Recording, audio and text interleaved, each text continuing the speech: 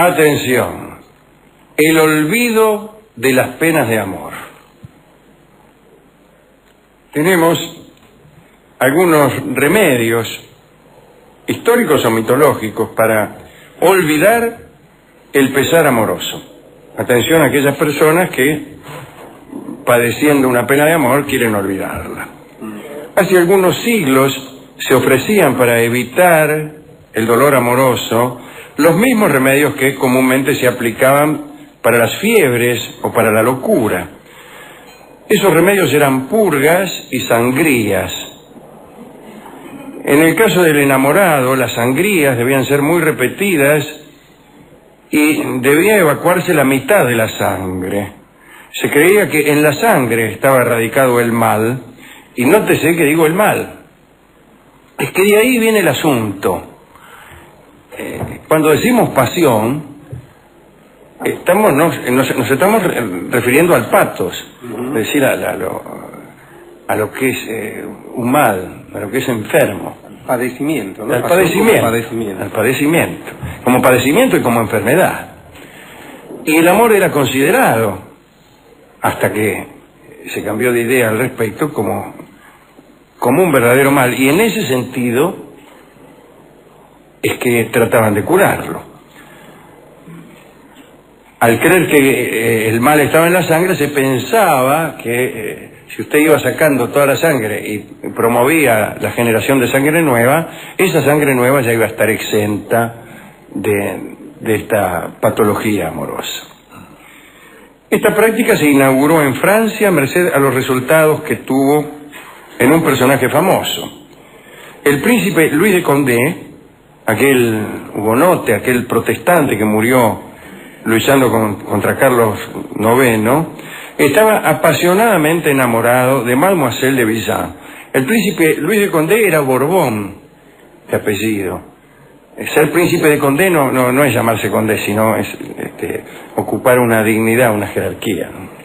Pero el apellido de él era Borbón, y era el hermano de Antonio de Borbón, que era nada menos que el padre de Enrique IV de Francia, el primer Borbón de Francia. Bueno, este príncipe estaba apasionadamente enamorado de Mademoiselle de Villans, y ella no le dio bolilla jamás.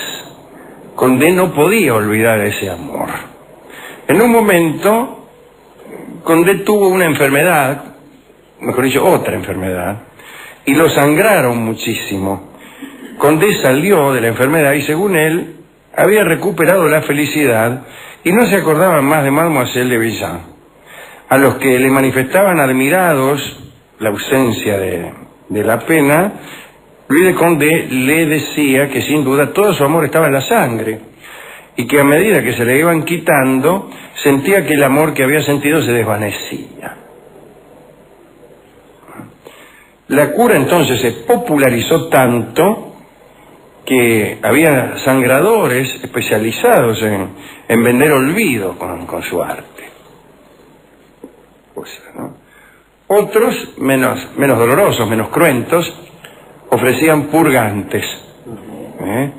Aseguraban que el amor residía en las flemas melancólicas, por no decir otra cosa, y recitaban entonces, recitaban, sí, pero además recetaban.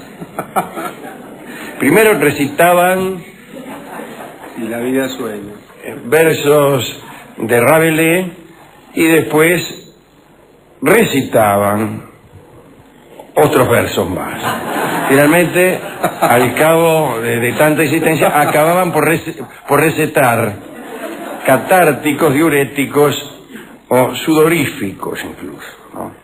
Pero el remedio más extraño para olvidar los pesares estaba en la Grecia antigua.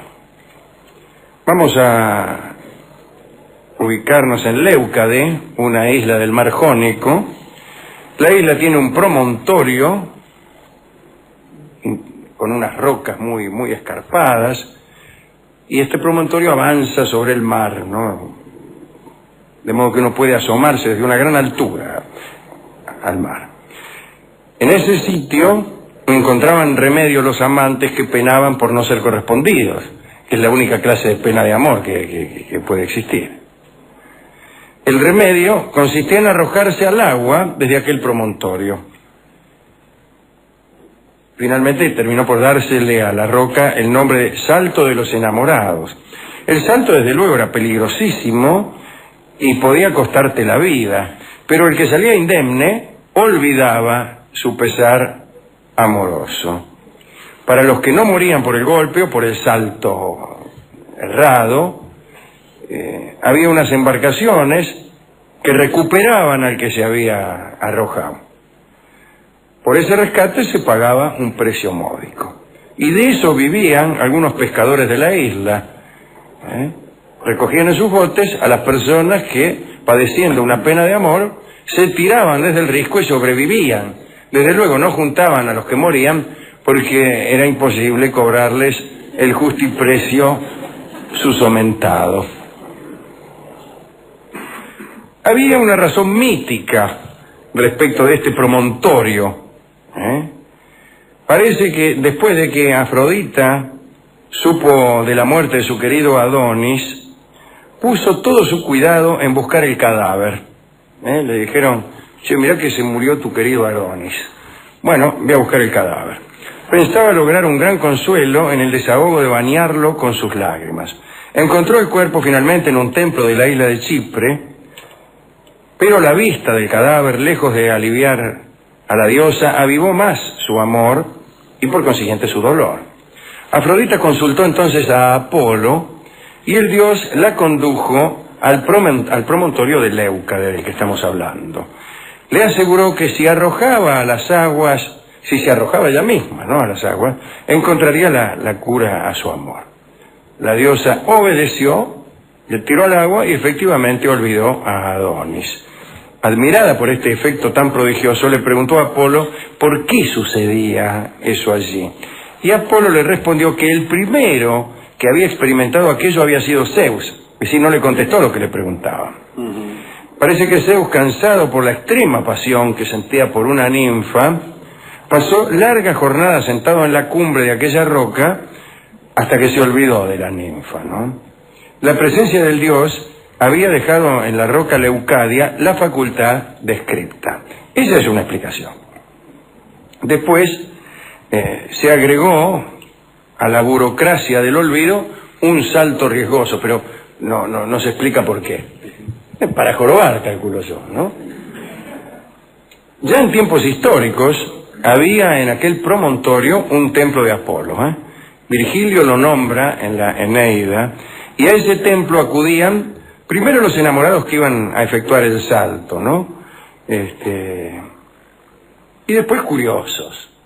Los que iban a efectuar el salto sacrificaban al dios un animal, pidiéndole que la caída no fuese mortal, una caída muy difícil, ¿no?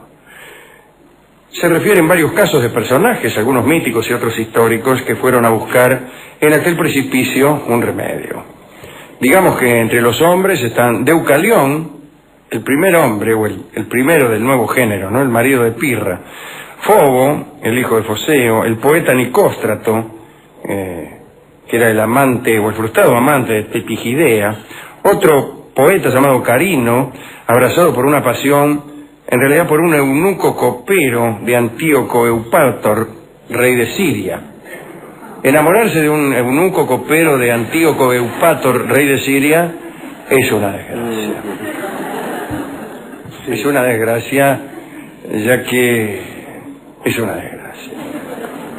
Los eunucos suelen ser esquivos, por lo menos. Aunque no siempre. También se habla de un cierto Macés, de quien se refiere que, habiendo recaído muchas veces en la dolencia amorosa, me encanta esta historia, dio el salto de los enamorados 7 veces. De todas ellas salió con el olvido, pero poco después de cada salto volvía a enamorarse de otra, y como a veces sucedía que no lo correspondían o lo rechazaban, viajaba Macés a Leucadia para curar el nuevo dolor. De las mujeres se cuentan 2 famosísimas, Safo de Lesbos y Artemisa, reina de Caria. Saltaron del promontorio. A Artemisa no le fue bien. El suceso que la llevó al promontorio fue el siguiente, ¿no? Lo cuenta Ptolomeo de Festion, un escritor de tiempos del emperador Adriano, ¿no? Es decir, del siglo II. Artemisa, que era viuda, se enamoró de un hermoso mancebo llamado Dardano. El muchacho la rechazó. Y la reina, irritada, hizo que le arrancaran los ojos al muchacho. Dice la crónica que la satisfacción de su ira no fue la satisfacción de su amor, desde luego. Artemisa se arrepintió, buscó en la consulta de un oráculo el remedio y se le sugirió que se arrojara desde la roca de Leucade. Artemisa se tiró y el olvido fue completo porque en aquel salto encontró la muerte. Me encantaron estas historias, me gustaron mucho.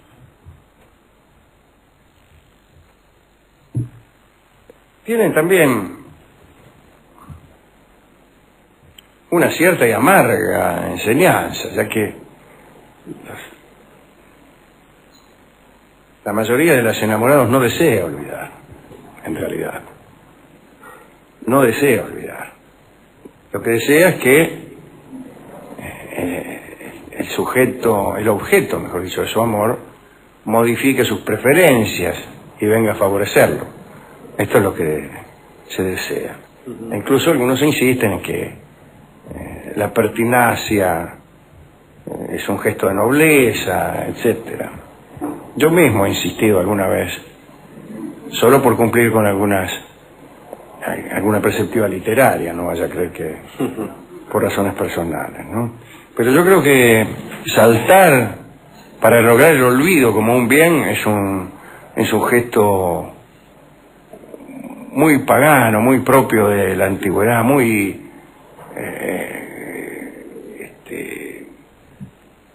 muy estoico, hasta podría decir yo, ¿no?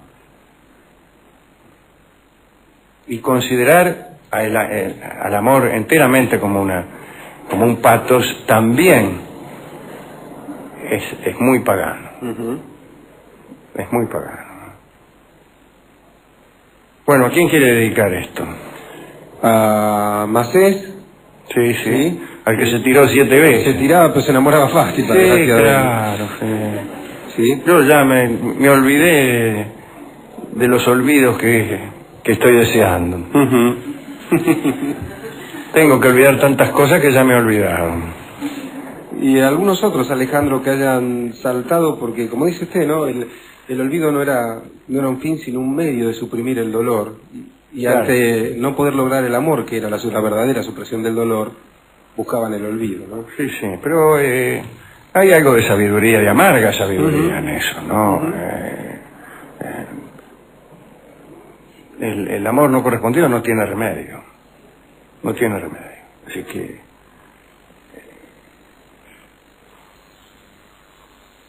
a veces el olvido también es una forma de homenajear a la persona amada, dejándola de jorobar, por fin. Muy bien. Claro.